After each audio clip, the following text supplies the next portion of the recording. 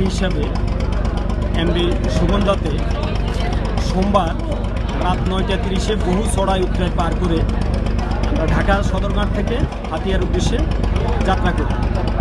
পথমধ্যে রাত আনুমানিক 3টার দিকে কালবৈশাখী ঝড়ে আমাদের যে সুগন্ধা লঞ্চটি কালীগঞ্জ নামক স্থানের একটি চরে উঠে যায় এবং ওখানে আমরা পুরো রাত্রি যাপন করি।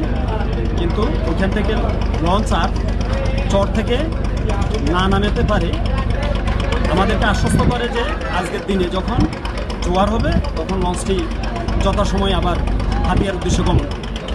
কিন্তু আমরা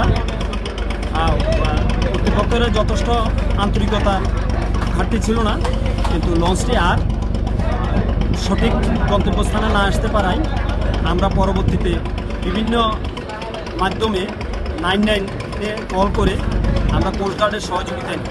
ওয়াইফ অসুস্থ, তাকে ঢাকা থেকে হাতিয়া যাওয়ার পথে নতুন একটা সুগন্ধা নামে একটা লঞ্চের উদ্বোধন হয়েছে।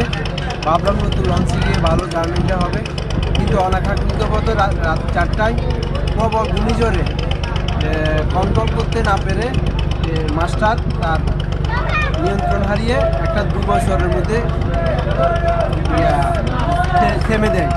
18-19 ঘন্টা পরে কোস্টগার্ড কন্টিনেন্টাল কাজল কুমার নাথ স্যারের সহযোগিতায় আমরা প্রায় 80 থেকে 90 জন যাত্রী নিরাপদে ইলিশা ঘাটে এসে পৌঁছি।